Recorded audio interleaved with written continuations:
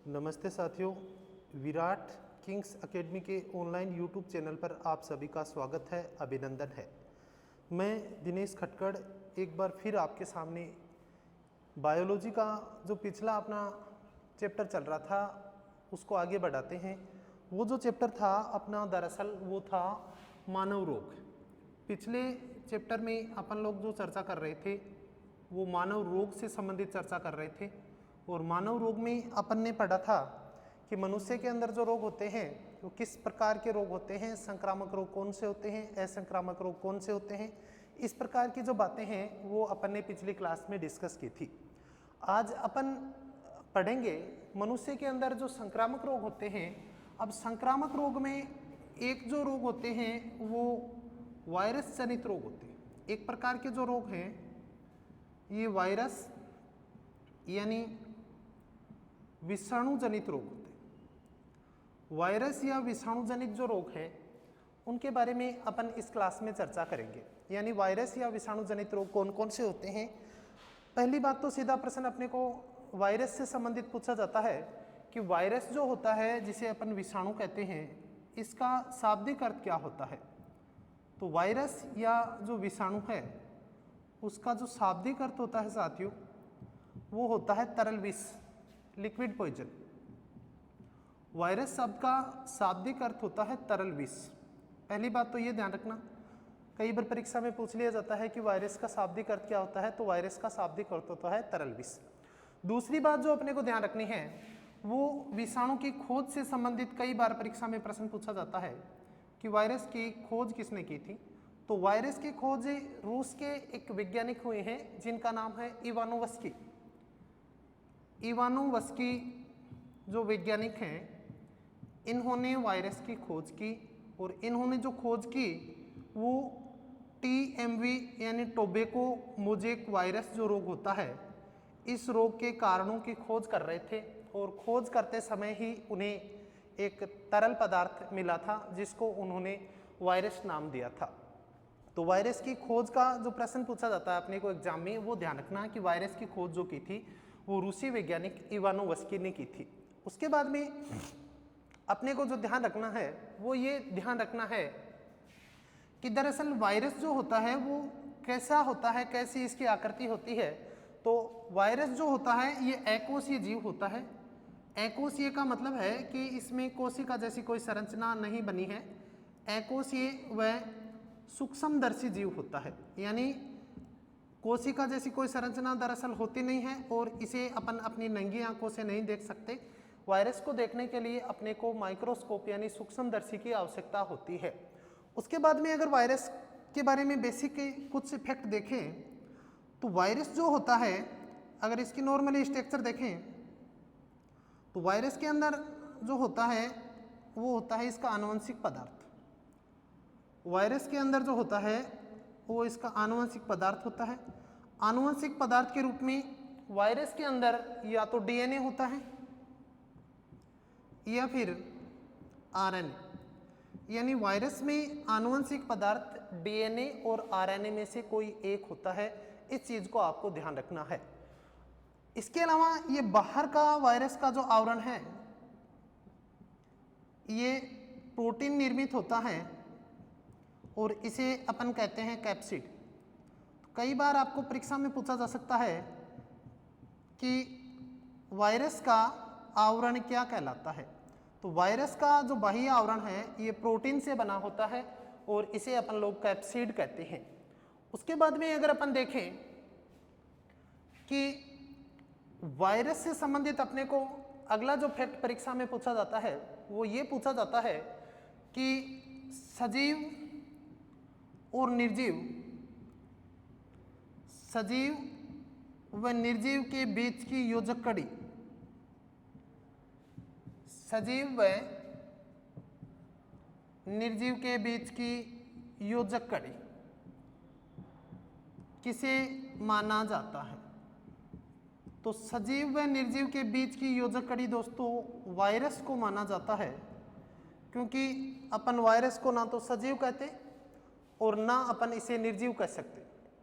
क्योंकि वायरस जब निर्जीव मतलब किसी लिविंग सेल से बाहर है तो जिस स्थिति में है उसी स्थिति में रहता है, और अगर किसी लिविंग कोशिका के अंदर चला जाता है तो इसमें प्रतिकरण का गुण पाया जाता है, अपनी संख्या में वृद्धि करता है।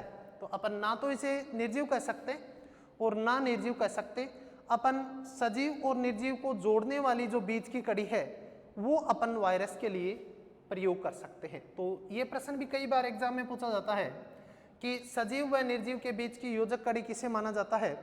जैसे एक और ऐसा ही प्रश्न बनता है कि पादप और जंतुओं के बीच की योजक कड़ी किसे माना जाता है।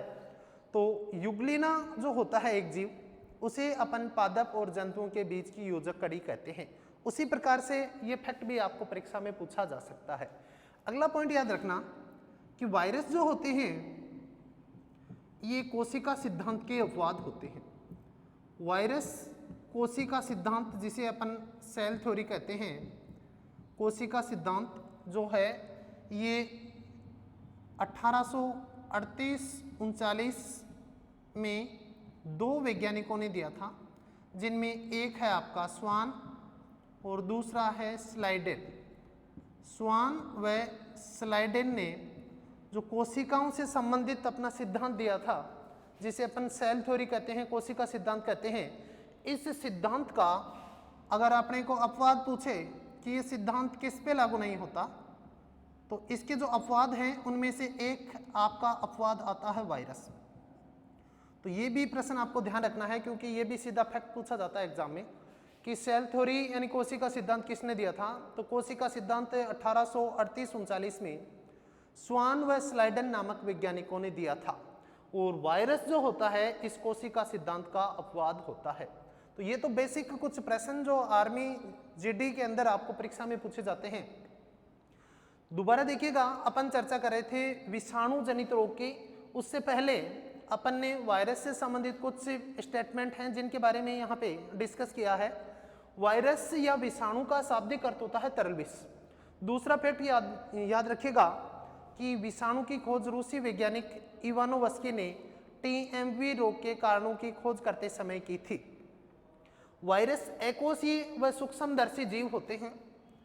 वायरस जो होते हैं उनमें आनुवंशिक पदार्थ या तो डीएनए होता है या आरएनए, यानी आनुवंशिक पदार्थ डीएनए या आरएनए में से कोई एक होता है। नेक्स्ट फैक्ट अपन ने यह देखा कि वायरस को अपन ना तो सजीव कह सकते और ना निर्जीव कह सकते, यानी वायरस सजीव और निर्जीव को जोड़ने वाली यानी उनके बीच की जो योजक कड़ी है वो वायरस होता है।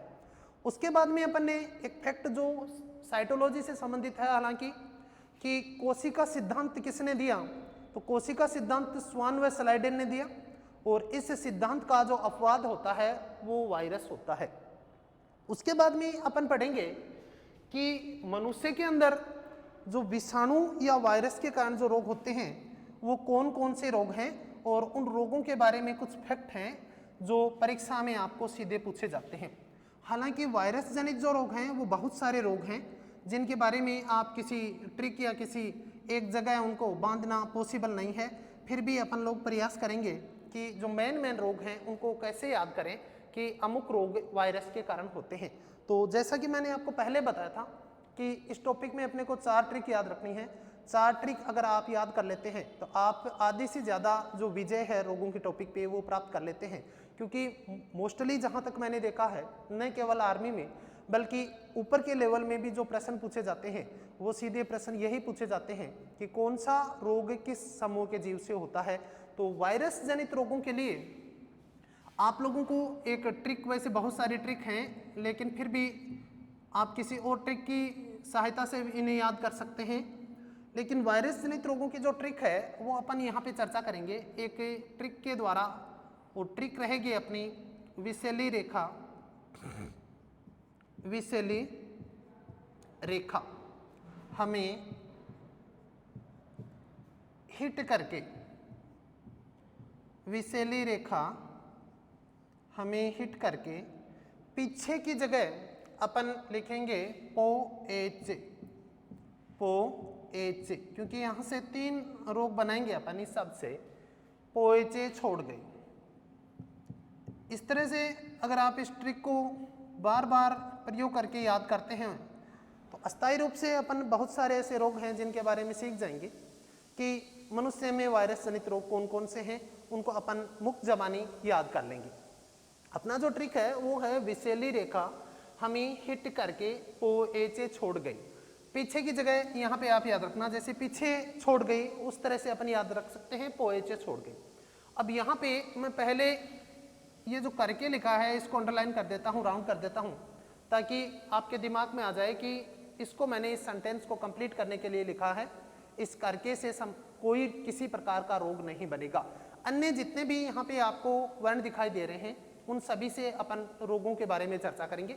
एक और ये जो शब्द है विषैली, इस विषैली शब्द का प्रयोग मैंने इसलिए किया है कि आपके दिमाग में आ जाए, क्योंकि 4-5 ट्रिक हैं कि कौन सी ट्रिक किस समूह के जीव से होने वाले रोगों की है।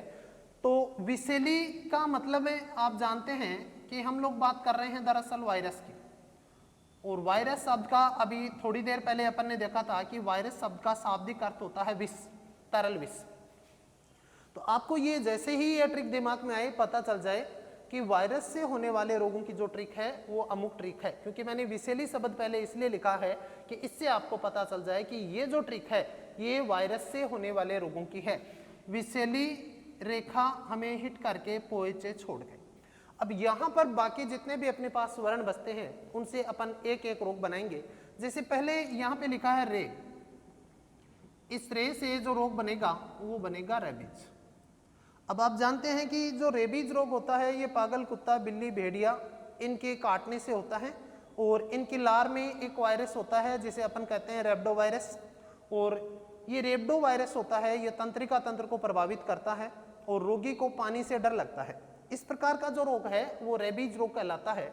दूसरा खा से अपन रोग बनाएंगे खसरा, इसके बारे में भी आर्मी में कई बार प्रश्न पूछा है, और दरअसल खसरा को अपन कहते हैं मिजल्स, खसरा को ही अपन लोग कह देते हैं मिजल्स। इसमें अपनी स्किन प्रभावित होती है, स्किन पे लाल लाल चकत्ते उत्पन्न हो जाते हैं और इसके उपचार के लिए MMR का टीका लगाया जाता है। तीसरा जो है से रोग बनेगा वो बनेगा हर्पिस रोग। हर्पिस रोग भी त्वचा को प्रभावित करता है। में से जो रोग बनेगा वो होगा मेनिंजाइटिस। मेनिंजाइटिस जो होता है इसमें अपना ब्रेन प्रभावित होता है, मस्तिष्क प्रभावित होता है। मस्तिष्क की जो झिल्ली पाई जाती है, मेम्ब्रेन पाई जाती हैं, उनमें सूजन आ जाता है और रोगी बार बार बेहोश होता है। इस प्रकार का जो रोग है वो मेनिंजाइटिस रोग कहलाता है और ये वायरस के संक्रमण से होने वाला रोग है। उसके बाद में अपन देखें यहाँ से ही से बनाएंगे अपन हिपेटाइटिस। हिपेटाइटिस जिसे अपन लोग कामला या पांडु रोग भी कहते हैं, इसे अपन पीलिया रोग भी कहते हैं। उसके बाद में ही के बाद में जो वर्ण आ रहा है वो टय आ रहा है। टय से एक महत्वपूर्ण रोग जो बार बार परीक्षा में पूछा जाता है, ट्रैकोमा। ट्रैकोमा आंखों से संबंधित रोग होता है और इसके साथ ही एक रोग होता है ग्लूकोमा। ट्रैकोमा और ग्लूकोमा रोगों का संबंध आइज से होता है, आंखों से होता है। तो थोड़ा इसको भी ध्यान से देखना क्योंकि ये इंपॉर्टेंट क्वेश्चन है। आर्मी लेवल में सीधा प्रश्न उठाता है कि ट्रैकोमा नामक रोग शरीर के किस अंग को प्रभावित करता है। तो ट्रैकोमा जो रोग है ये अपनी आंखों को प्रभावित करता है, आंखों से संबंधित डिजीज है।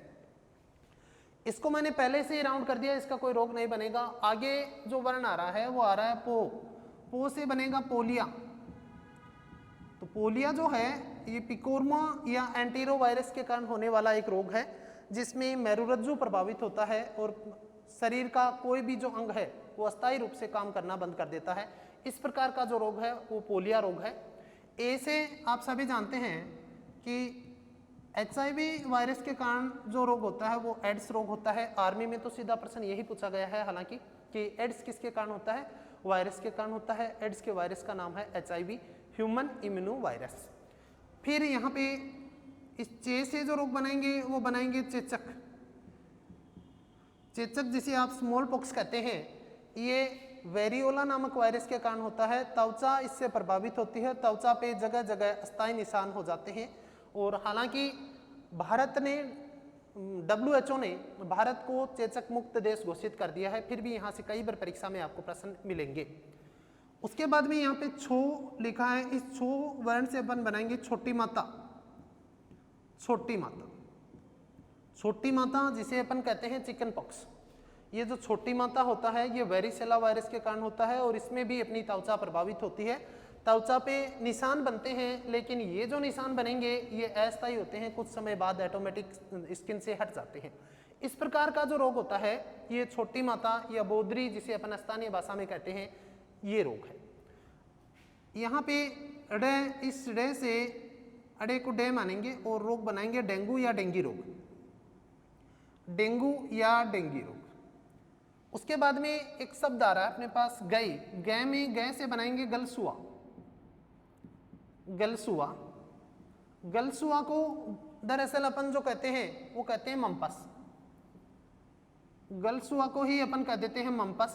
और ये एक महत्वपूर्ण रोग यहाँ पर बनेगा इन्फ्लुएजा, इन्फ्लुएजा। अंतिम जो दो रोग हैं इनके बारे में आर्मी में काफी बार प्रश्न पूछा गया है कि गलसुआ नामक रोग में शरीर का कौन सा अंग प्रभावित होता है।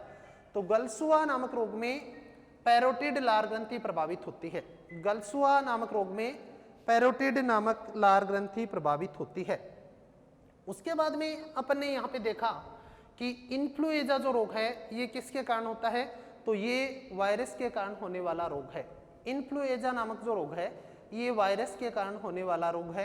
तो इस प्रकार से हालांकि वायरस जनित रोग बहुत सारे रोग हैं जिनको किसी ट्रिक में बांधना पॉसिबल नहीं है, फिर भी हम लोग यहाँ पे प्रयास करेंगे कि बहुत हद तक अपन जो परीक्षा में प्रश्न आते हैं उनको हल कैसे करें, कैसे उनका एक छोटा सा ट्रिक अपने दैनिक जीवन में यूज कर सकते हैं। तो वो जो ट्रिक था वो था विषैली रेखा हमें हिट करके पोइचे छोड़ गई। इस ट्रिक को अगर आप 5-6 बार रफ कॉपी के अंदर आप लगातार यूज करेंगे, लिखेंगे या फिर अपने दोस्तों के साथ डिस्कस करेंगे तो ये अस्थायी रूप से आपके दिमाग में बैठ जाएगा। उसके बाद में ये सारी डिजीजेज जो यहाँ पे मैंने लिखे हैं सारे के सारे याद हो जाएंगे। इस ट्रिक की कोई जरूरत नहीं रहेगी। सीधा प्रश्न आपसे, जैसे मान लीजिए आपसे कोई सीधा प्रश्न पूछेगा कि गलसुआ नामक रोग किसके कारण होता है, तो डायरेक्टली आप बताएंगे कि ये वायरस के कारण होने वाला रोग है। मिजल्स नामक रोग, मम्पस नामक रोग, इसके अलावा आपका रेबीज नामक रोग जिनके बारे में परीक्षा में बार बार प्रश्न पूछा जाता है। रेबीज का प्रश्न आर्मी में काफी बार पूछा गया है। अब ये जो रोग आपके सामने स्क्रीन पे हैं, इनके अलावा भी बहुत सारे रोग वायरस जनित हैं, जैसे स्वाइन फ्लू हो गया, बर्ड फ्लू हो गया, सामान्य जुकाम हो गया, सार्स हो गया, इबोला हो गया। तमाम प्रकार के जो रोग हैं ये वायरस से होने वाले हैं। तो ये थोड़ा आपको उनको अलग से ध्यान रखना है। स्वाइन फ्लू हो गया, बर्ड फ्लू हो गया, सार्स नामक रोग हो गया, जैसे सामान्य जुकाम है ये भी आपका वायरस जनित रोग है। इसके अलावा बहुत सारे और भी रोग रह जाते हैं, लेकिन फिर भी हम प्रयास करेंगे कि जितने रोग पॉसिबल हो हम डिस्कस करने का अपना जो प्रयास रहेगा। अब इनमें से अपन मेन रोग पढ़ेंगे, क्योंकि सारे रोग तो अपने ऐसा है नहीं कि एग्जाम में आएंगे। मेन रोगों की चर्चा करेंगे। पहली बात तो यहाँ से प्रश्न बनेगा कि कौन सा रोग वायरस जनित है या नहीं है, तो मेनली तो यही प्रश्न आपको याद रखना है। उसके अलावा इस प्रश्न के अलावा यहाँ से रेबीज के बारे में क्वेश्चन करेगा। इसके अलावा अपने को प्रश्न पूछता है हेपेटाइटिस यानी पीलिया के बारे में। इसके अलावा जो प्रश्न रहेगा पोलियो का प्रश्न बनेगा। एड्स से संबंधित बहुत सारी बातें हैं जो एग्जाम में पूछी जाती हैं। चेचक का प्रश्न बनेगा, डेंगू का प्रश्न बनेगा। तो मेन जो रोग हैं उनके कुछ से फैक्ट हैं जिनके बारे में अपन आगे चर्चा करेंगे। तो आपको पहली शर्त यह है कि वायरस पढ़ने से पहले आपको ये पता होना चाहिए कि वायरस जनित रोग हैं कौन कौन से। तो किसी भी तरीके से आप इनको याद करो, क्योंकि परीक्षा का जो मेनली प्रश्न बनता है वो हर एक लेवल में यहीं से प्रश्न बनता है। अब अपन इनके बारे में एक एक करके चर्चा करेंगे। सबसे इंपॉर्टेंट इनमें से जो रोग है वो है आपका एड्स, क्योंकि परीक्षा में एड्स के बारे में कई बार प्रश्न पूछे गए हैं। बहुत सारे प्रश्न ऐसे हैं जो एड्स के परीक्षा में पूछे गए हैं, लेकिन हम लोग यहाँ पे वही प्रश्नों की चर्चा करेंगे, क्योंकि लेवल के हिसाब से अपन चर्चा करेंगे कि आर्मी का जो खुराक होता है वो अन्य एग्जाम की तुलना में बहुत इजी होता है, लेवल बहुत इजी होता है। इसलिए अगर अपन डीप में जाते हैं तो ये उन विद्यार्थियों के साथ बेईमानी होगी जो देश सेवा में जाना चाहते हैं। चलिएगा, सबसे पहले अपन वायरस जनित रोग की इस कड़ी में जो पहले रोग की चर्चा करने जा रहे हैं वो है दोस्तों ads.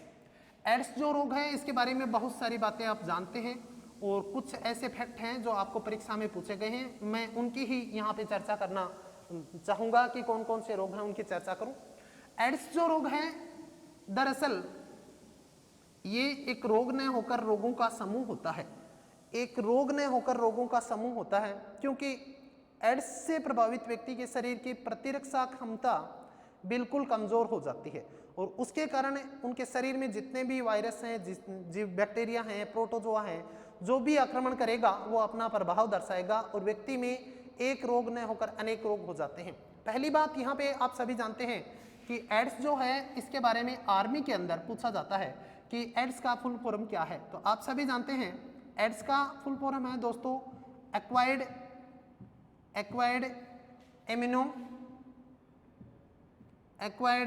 Immuno deficiency syndrome, acquired immuno deficiency syndrome, ये है एड्स का फुल फॉर्म। हिंदी में कहते हैं उपार्जित प्रतिरक्षा न्यूनता संरक्षण। एक्वायर्ड का मतलब है उपार्जित, इम्यूनो का मतलब है प्रतिरक्षा, डेफिशिएंसी का मतलब कमी या न्यूनता, सिंड्रोम का मतलब होता है रोगों का समूह है या कई रोग एक साथ प्रभाव दर्शाते हैं तो उस कंडीशन के लिए अपन सिंड्रोम शब्द का प्रयोग करते हैं।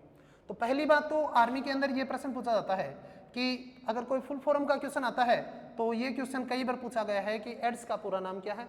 एड्स का पूरा नाम है दोस्तों एक्वायर्ड इम्यूनो डेफिशिएंसी सिंड्रोम। दूसरी बात, एड्स का कारण क्या है, किस कारण होता है, तो ये दोस्तों वायरस के कारण होता है। एड्स वायरस जनित रोग है और इसका जो वायरस है उसका अपन आसानी से नाम बता सकते हैं क्योंकि बार बार इस चीज़ को अपन ने नोट किया है, बहुत दिनों से अपन इस रोग के बारे में पढ़ रहे हैं कि एड्स का जो वायरस है वो HIV वायरस है। HIV वायरस जो है इसका जो फुल फॉर्म है वो होगा ह्यूमन इम्यूनो वायरस। तो ये भी प्रश्न आपको पूछ सकता है कि एड्स के वायरस का क्या नाम है।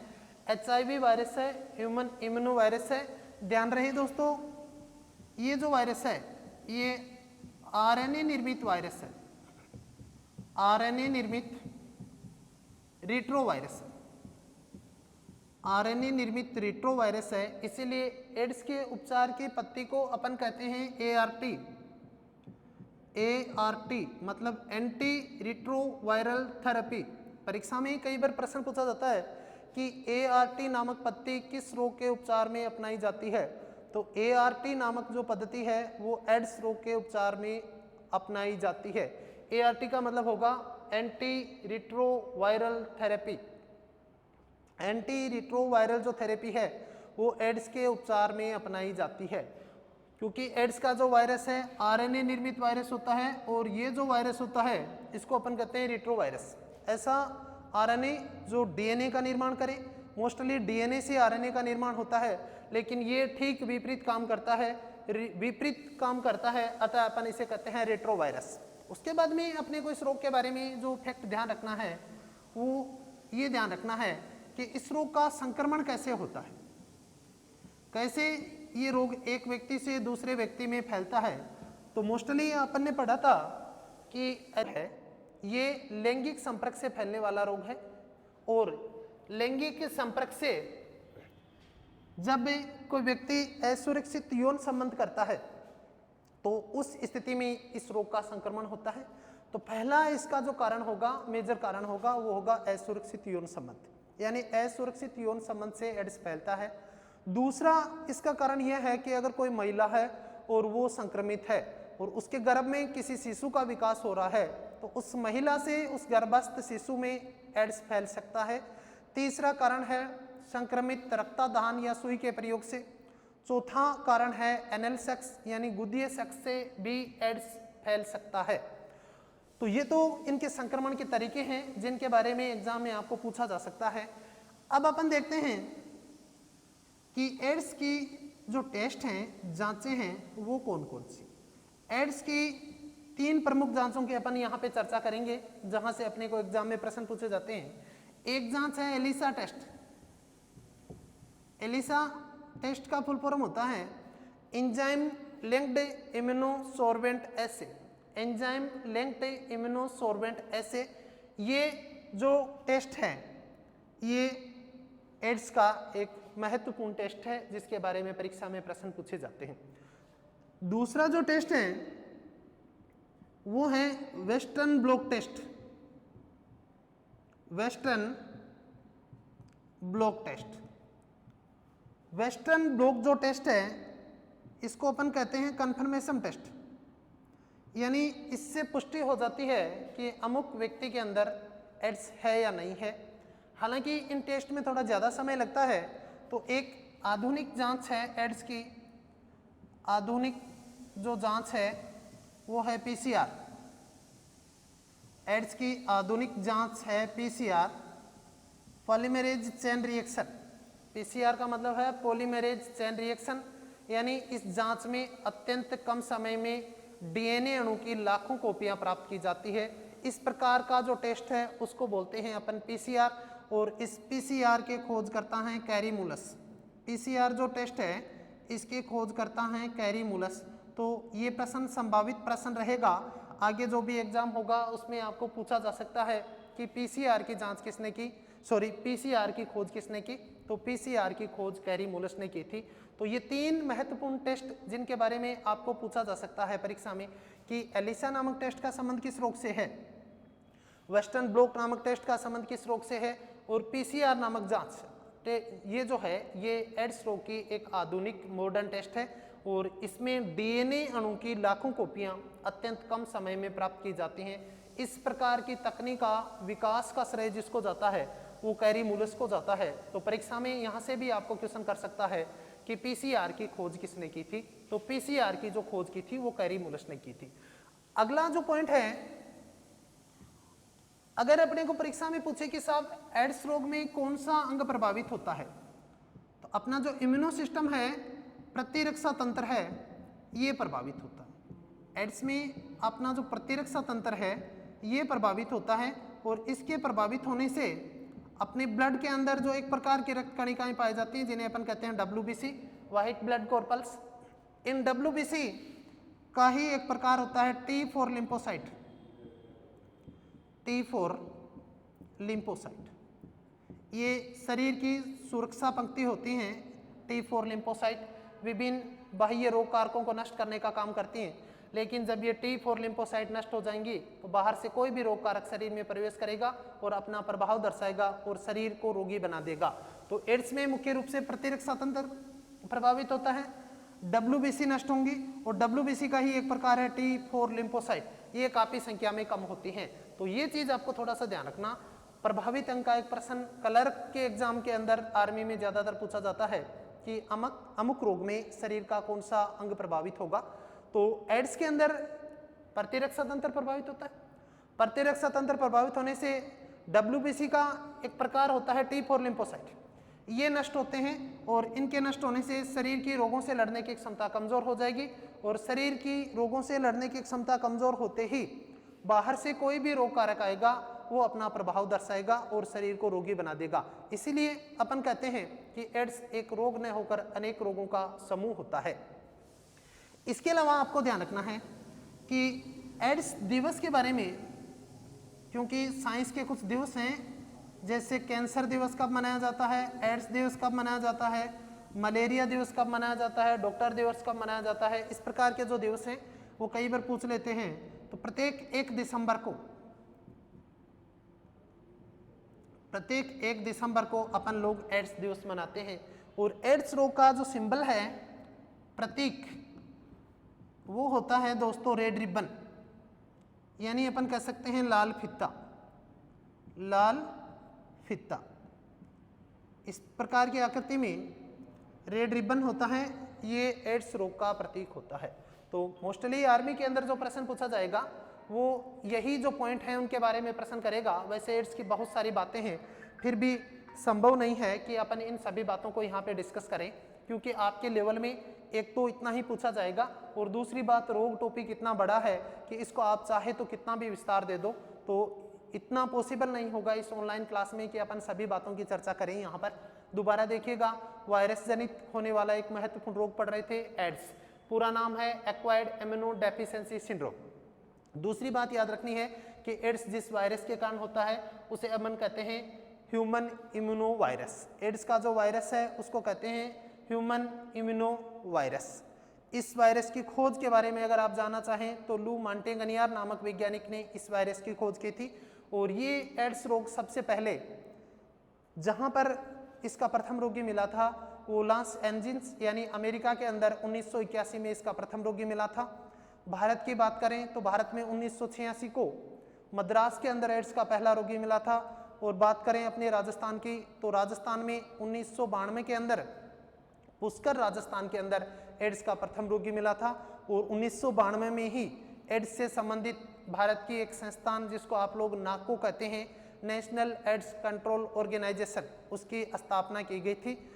तो ये सभी बातें अपन इस टॉपिक में डिस्कस नहीं करना चाहेंगे क्योंकि आर्मी का जो लेवल है वो थोड़ा शॉर्ट लेवल रहता है और उसमें केवल इतनी ही बात पूछी जाएंगी। आरएनए निर्मित वायरस है रेट्रोवायरस। ये थोड़ा सा ध्यान रखना कि एड्स के उपचार की पत्ती को क्या कहा जाता है। एड्स के उपचार की पत्ती को दरअसल एआरटी कहा जाता है। एड्स के उपचार की पत्ती को एआरटी कहा जाता है, एंटी रिट्रोवायरल थेरेपी कहा जाता है। उसके अलावा यहाँ से प्रश्न ज़्यादा पूछने की संभावना रहेगी कि एड्स के परीक्षण यानी टेस्ट कौन कौन से हैं। एलिसा परीक्षण है, वेस्टर्न ब्लॉट टेस्ट है जो कंफर्मेशन टेस्ट है, इससे पता चल जाता है कि रोगी के अंदर एड्स है या नहीं है। आधुनिक जांच पीसीआर पॉलीमरेज चेन रिएक्शन जिसकी खोज कैरी मुलस ने की थी। और एड्स के अंदर प्रभावित जो अंग है वो प्रतिरक्षा तंत्र प्रभावित होता है और मुख्य रूप से T4 लिम्फोसाइट नष्ट होती है। एड्स दिवस 1 दिसंबर को मनाया जाता है। एड्स का जो प्रतीक है ये रेड रिबन होता है। तो इस प्रकार अपन एड्स से संबंधित कोई भी प्रश्न परीक्षा में पूछा जाए आपके तो इनसे शायद बाहर नहीं होगा, इसको थोड़ा ढंग से देख लेना। उसके बाद में अपन आगे बढ़ते हैं और एक और रोग को लेते हैं जो वायरस जनित रोग है और परीक्षा में वहाँ से अपने को प्रश्न देखने को मिल सकता है। इसके अलावा जो महत्वपूर्ण रोग है उनकी अगर अपन बात करें तो अपन 2 रोग हैं जिनको साथ में लेकर पढ़ेंगे। एक जो रोग है वो है चेचक, क्योंकि चेचक के बारे में भी कई बार परीक्षा में आपको प्रश्न पूछा जाता है कि चेचक जो रोग है इसके टीके का आविष्कार किसने किया, चेचक किसके कारण होता है, चेचक जो रोग है उसके वायरस का क्या नाम है, प्रभावित अंग कौन से हैं। तो अपन यहाँ पे एक तरफ मैं लिख देता हूँ चेचक, क्योंकि 2 ऐसे रोग हैं जिनमें काफ़ी समानता आपको मिलेगी तो याद करने में आसानी रहेगी। एक चेचक और दूसरा मैं यहाँ पे लिख देता हूँ छोटी माता। चेचक और जो छोटी माता रोग हैं उनको अपन एक साथ डिस्कस करेंगे। पहली बात तो ये ध्यान रखना कि चेचक जो है उसको अपन कहते हैं चिकन पॉक्स। पहला तो यही पॉइंट है कि चेचक को कहा जाता है चिकन पॉक्स और चेचक को कहा जाता है स्मॉल पॉक्स। चेचक को अपन कहते हैं स्मॉल पॉक्स और छोटी माता को अपन कहते हैं चिकन पॉक्स। चिकन पॉक्स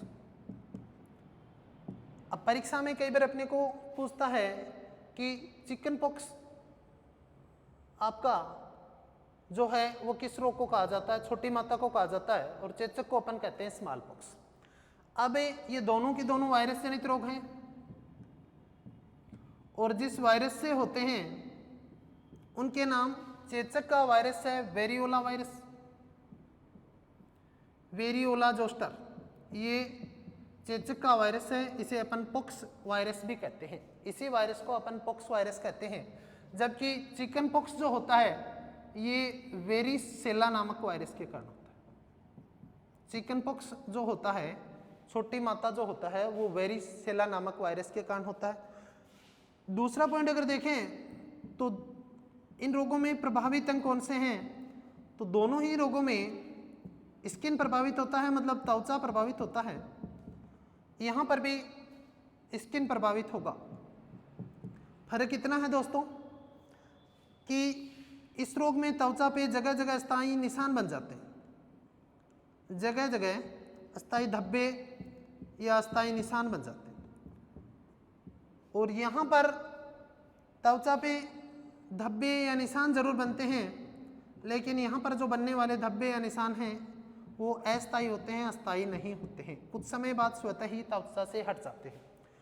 एक बात यहाँ पे आपको गौर करनी है, जो परीक्षा में प्रश्न पूछेगा कि चेचक के टीके का आविष्कार किसने किया। ये प्रश्न काफ़ी बार पूछा गया है और आर्मी में पूछने लायक प्रश्न है कि चेचक के टीके का आविष्कार किसने किया। तो चेचक के टीके का आविष्कार दोस्तों किया था एडवर्ड जेनर ने। एडवर्ड जेनर ने चेचक के टीके का आविष्कार किया था। और ध्यान रहे, प्रथम टीका जो किसी रोग के लिए खोजा गया था वो चेचक का टीका था और इस टीके को एडवर्ड जेनर ने खोजा था। इसीलिए जेनर महोदय को अपन कहते हैं टीकाकरण का जनक, टीकाकरण का जनक। परीक्षा में अपने को क्वेश्चन कर सकता है कि टीकाकरण का जनक किसे माना जाता है, तो टीकाकरण का जनक एडवर्ड जेनर को माना जाता है। और जेनर को ही अपन कहते हैं प्रतिरक्षा विज्ञान यानी इम्यूनोलॉजी, प्रतिरक्षा विज्ञान का जनक। अगर अपने को पूछे कि प्रतिरक्षा विज्ञान का जनक किसे माना जाता है, तो प्रतिरक्षा विज्ञान का जनक भी एडवर्ड जेनर को माना जाता है। ये थी इन दोनों रोगों में कुछ समानताएं, कुछ बातें जो अपने को परीक्षा में पूछी जाती हैं। दोबारा देखिएगा, एक तरफ अपन पढ़ रहे हैं चेचक, दूसरी तरफ पढ़ रहे हैं छोटी माता। दोनों ही रोग वायरस जनित हैं। चेचक जिस वायरस के कारण होता है वो है वेरियोला वायरस और छोटी माता वेरिसेला वायरस के कारण होता है। दोनों ही रोगों में त्वचा प्रभावित होती है। चेचक के अंदर त्वचा पे जगह जगह अस्थायी निशान बनते हैं और ये जो निशान होते हैं ये परमानेंट होते हैं, अस्थायी होते हैं, जीवन पर्यंत बने रहते हैं। लेकिन छोटी माता के अंदर जो निशान बनते हैं वो अस्थायी निशान होते हैं, कुछ समय पर्यंत स्वतः ही हट जाते हैं।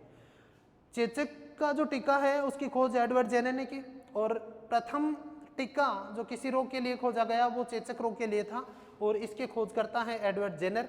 इसीलिए अपन लोग इन्हें कहते हैं टीकाकरण का जनक। तो कई बार डायरेक्टली प्रश्न न पूछ के इनडायरेक्ट रूप से पूछ सकता है कि टीकाकरण का जनक किसे माना जाता है, एडवर्ड जेनर को माना जाता है और इन्हें ही इम्यूनोलॉजी यानी प्रतिरक्षा विज्ञान का जनक माना जाता है।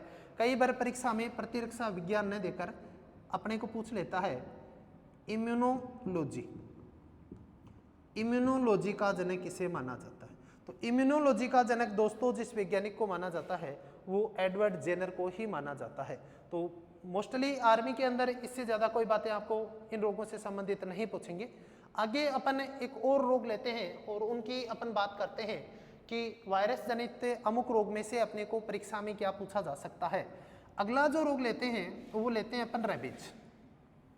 रेबीज के बारे में कई बार परीक्षा में प्रश्न आपको पूछा गया है। जनरल साइंस के जो भी एग्जाम होते हैं वहाँ पर रेबीज से संबंधित कई प्रश्न आपको पूछ लेते हैं। उनमें से कुछ प्रश्न ऐसे हैं जो बिल्कुल इजी लेवल के होते हैं, जैसे रेबीज किसके कारण होता है, वायरस के कारण होता है। इसके अलावा कुछ इनकी मूलभूत प्रकृति के बारे में प्रश्न बनते हैं। तो अपन जिस रोग की चर्चा कर रहे हैं यहाँ पे ये है रेबीज। रेबीज के बारे में आपको जो ध्यान रखना है वो ये ध्यान रखना है कि ये एक वायरस जनित रोग है। रेबीज एक वायरस जनित रोग है और ये रोग जिस वायरस के कारण होता है उस वायरस का नाम है रेब्डो वायरस, रेब्डो वायरस। और ये जो वायरस है ये मुख्यतया पागल कुत्ता, बिल्ली, भेड़िया, लोमड़ी आदि की लार ग्रंथियों में पाया जाता है। और ये जो जीव आपके सामने हैं, कुत्ता, बिल्ली, भेड़िया और लोमड़ी, फॉक्स, ये अगर किसी स्वस्थ व्यक्ति को काटते हैं तो ये वायरस इनकी लार के माध्यम से अपनी बॉडी के अंदर पहुंच जाता है और बॉडी के अंदर पहुंचकर ये प्रभावित करेगा नर्वस सिस्टम को, तंत्रिका तंत्र को प्रभावित करेगा। अब साहब तंत्रिका तंत्र को प्रभावित करेगा तो इसका जो रोगी होगा उसको एक तरह का फोबिया उत्पन्न हो जाता है, एक भय उत्पन्न हो जाता है। और इसको जो फोबिया होगा, भय होगा, वो पानी से होगा, यानी रोगी को पानी से डर लगेगा। और पानी से डर लगता है इसलिए इस रोग को अपन कहते हैं हाइड्रोफोबिया। फोबिया शब्द का जो शाब्दिक अर्थ होता है, अगर फोबिया शब्द आपको कहीं पर भी साइंस में दिखाई दे तो इसका अर्थ होता है भय, किसी चीज़ का डर। और हाइड्रो का मतलब जैसे जल है तो ये हाइड्रोजन और ऑक्सीजन से मिलकर बना है, तो अपन कहते हैं हाइड्रोफोबिया, या इसे ही अपन कहते हैं जल भित्ति रोग। हाइड्रोफोबिया को ही दरअसल अपन कह देते हैं जल भित्ति रोग। तो अपन पढ़ रहे थे रेबीज। रेबीज वायरस के कारण होने वाला रोग है जिस वायरस से होता है उसको कहते हैं रेब्डो वायरस। ये वायरस कुत्ता, बिल्ली, भेड़िया, लोमड़ी आदि के काटने से मानव शरीर में प्रवेश करेगा और मानव शरीर में प्रवेश करके अपना जो नर्वस सिस्टम है, तंत्रिका तंत्र है, उसको प्रभावित करेगा। तंत्रिका तंत्र अगर प्रभावित होता है तो इस रोग के अंदर रोगी को पानी से डर लगता है, एक तरह का फोबिया हो जाता है। और इस प्रकार का जो फोबिया होता है उसको अपन कहते हैं हाइड्रोफोबिया। हाइड्रोफोबिया को अपन कहते हैं जल भित्ति, यानी जल से रोगी को डर लगता है तो इसे अपन कह देते हैं हाइड्रोफोबिया या जल भित्ति।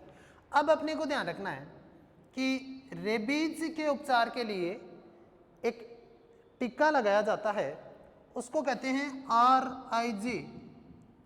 RIG, यानी रेबीज इम्यूनोग्लोबिन। रेबीज इम्यूनोग्लोबिन जो टीका लगाया जाता है, इंजेक्शन लगाया जाता है, इसका आविष्कार जिस वैज्ञानिक ने किया उसका नाम है लुई पास्चर। तो ये भी आपको ध्यान रखना है कि रेबीज के टीके का आविष्कार, जैसे थोड़ी देर पहले पढ़ रहे थे चेचक के टीके का आविष्कार किसने किया, तो चेचक के टीके का आविष्कार एडवर्ड जेनर ने किया था और रेबीज के टीके का आविष्कार लुई पास्चर ने किया था। तो इस प्रकार से यहाँ पर अपन ने इस रोग के बारे में कुछ मेन बातें डिस्कस की हैं जो परीक्षा में हर एक पॉइंट आपके क्वेश्चन बनेगा। दोबारा देखिएगा, रेबीज पढ़ रहे थे। रेबीज जो रोग है ये वायरस जनित रोग है और जिस वायरस से होता है उसका नाम है रेब्डो वायरस। रेब्डो वायरस मुख्यतः कुत्ता, बिल्ली, भेड़िया या लोमड़ी की लार ग्रंथि में पाया जाता है। जब भी ये किसी स्वस्थ व्यक्ति को काटेंगे तो ये वायरस अपनी बॉडी के अंदर पहुंच जाएगा और पहुंच के नर्वस सिस्टम यानी तंत्रिका तंत्र को प्रभावित करेंगे। तो रेबीज रोग में प्रभावित होने वाला शरीर का अंग कौन सा है, तो तंत्रिका तंत्र। तंत्रिका तंत्र प्रभावित होने से रोगी के अंदर एक फोबिया उत्पन्न हो जाता है और पानी से डर लगता है। इस प्रकार उसे अपन कहते हैं हाइड्रोफोबिया। तो हाइड्रोफोबिया नामक रोग के किसे कहा जाता है, दरअसल रेबीज को ही अपन क्या बोल देते हैं, हाइड्रोफोबिया बोल देते हैं और इसे ही अपन कह देते हैं जल भित्ति। उसके बाद में अपने को क्वेश्चन करेगा कि रेबीज के टीके का आविष्कार किसने किया, तो रेबीज के टीके का आविष्कार लुई पास्चर ने किया था और इंजेक्शन का नाम है RIG यानी रेबीज इम्यूनोग्लोबिन। तो ये कुछ फैक्ट हैं इस रोग के बारे में जो आपके सामने मैंने एक चार्ट के माध्यम से प्रदर्शित किए हैं। तो इस तरह से आप इसे लंबे समय तक याद रख सकते हैं और वैसे कोई ऐसी बात है नहीं। बेसिकली रेबीज के बारे में आप सभी जानते हैं कि ये मोस्टली कुत्ते के काटने से होता है और कुत्ता जो होता है ये अपनी गलियों में आवारा घूमता रहता है, इसलिए कई बार कुछ विद्वान रेबीज के वायरस को स्ट्रीट वायरस के नाम से भी संबोधन कर देते हैं, गली का वायरस। तो गली का वायरस रेब्डो वायरस को कहा जाता है। हो सकता है कोई एग्जाम में ऐसा क्वेश्चन भी बना दे कि गली के वायरस स्ट्रीट वायरस के नाम से किसे जाना जाता है, तो रेब्डो वायरस को स्ट्रीट वायरस के नाम से जाना जाता है। अब इसके अलावा जो भी कुछ मेन रोग रह गई वो अपन जो नेक्स्ट अपनी क्लास होगी उसमें चर्चा करेंगे। उसके बाद में अपन पढ़ेंगे बैक्टीरिया से होने वाले रोग, क्योंकि जीवाणु जनित रोग भी काफ़ी महत्वपूर्ण हैं आपके एग्जाम में। जीवाणु जनित रोग के बाद में बहुत छोटे से रोग रह जाते हैं, फंजाई यानी कवक से होने वाले रोग, और उसके बाद में अपन एक एक करके डिस्कस करेंगे। असंक्रामक रोग जो हैं, मेन जो रोग हैं उनकी चर्चा करेंगे और असंक्रामक रोग में जो रोग जैसे विटामिन की कमी से होने वाले रोग हैं वो उस टॉपिक में अध्ययन करेंगे। हार्मोन की कमी से होने वाले रोग हैं वो हार्मोन वाले टॉपिक में अध्ययन करेंगे। और उसके बाद बचता है अपना जन्मजात रोग। जन्मजात रोग में अपन ने कल चर्चा की थी, जैसे मान लीजिए हीमोफीलिया है, तो हीमोफीलिया के बारे में भी कई बार एग्जाम में पूछा गया है। हीमोफीलिया के अलावा कलर विजन है, कलर विजन का भी क्वेश्चन बनेगा। इसके अलावा थैलेसीमिया जो रोग है वो भी एक जन्मजात रोग है, और कुछ रोग जो सिंड्रोम जनित होते हैं उनकी अपन चर्चा करेंगे नेक्स्ट क्लास में। तब तक के लिए आज अपन इसी टॉपिक को यहीं पे समाप्त करते हैं। Thank you.